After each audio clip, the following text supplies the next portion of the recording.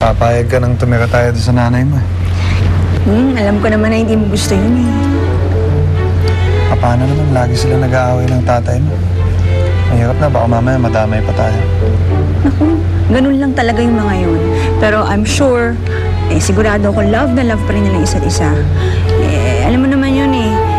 Ganun lang ang lambingan nila araw-araw mag-away. Yun nga eh. Nakakatakot yung lambingan nila eh. Parang kulang na lang, magsaksakan sila. Halika na nga, naku, dalian na natin kasi I'm sure iniintay tayo ng mga bata.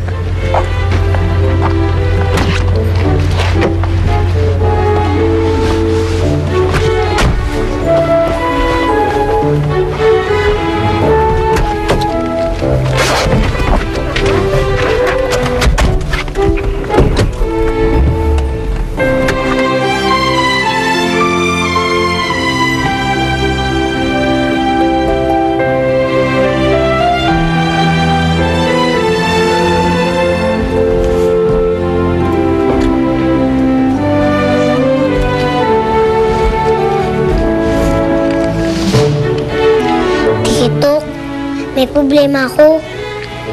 Kasi, nakita ko na nga si Itay Nelson, pero hindi niya pa rin ako pinapansin. Tapos, sinabi ko na nga sa kanya na manika ako dati ni Dali eh.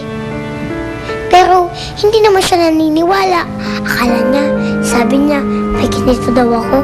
Pero, wala naman akong ganito eh. Diba, Tikitok? Jillian, hindi naman niya alam na nagsasabi ka ng totoo. Kaya unawain mo siya. Sino bang maniniwala na dati kang manika? Huwag ka nang malungkot. Basta ang importante, magkasama na kayo. Tik-tak! Oo nga, ang importante nga, magkasama na kami. At saka, ipaparamdam ko sa kanya na mahal ko siya. At saka, paparamdam ko rin sa kanya na hindi ko siya iiwan, hindi ko rin siya papabayaan. Promise ko po kasi yun kay Dali eh. Sige, Tikitok, good night, matulog ka na, bye-bye! Good night, Jillian. Bye-bye, matulog ka na.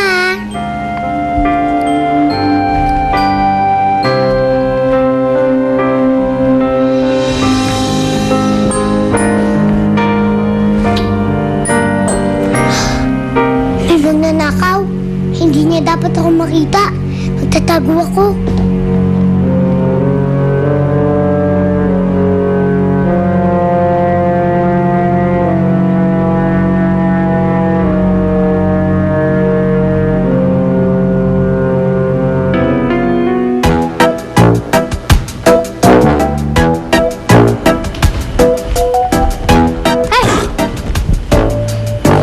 Sino ka?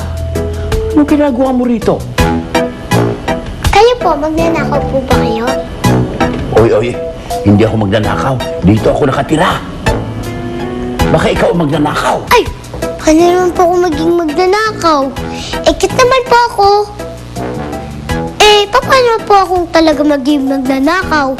Dito rin po ako nakatira. Hinampon po ako ni Mama Virgie. Inampung ka? Ikaw yung babaeng yan. Akala mo milyonarya, nakampung pa.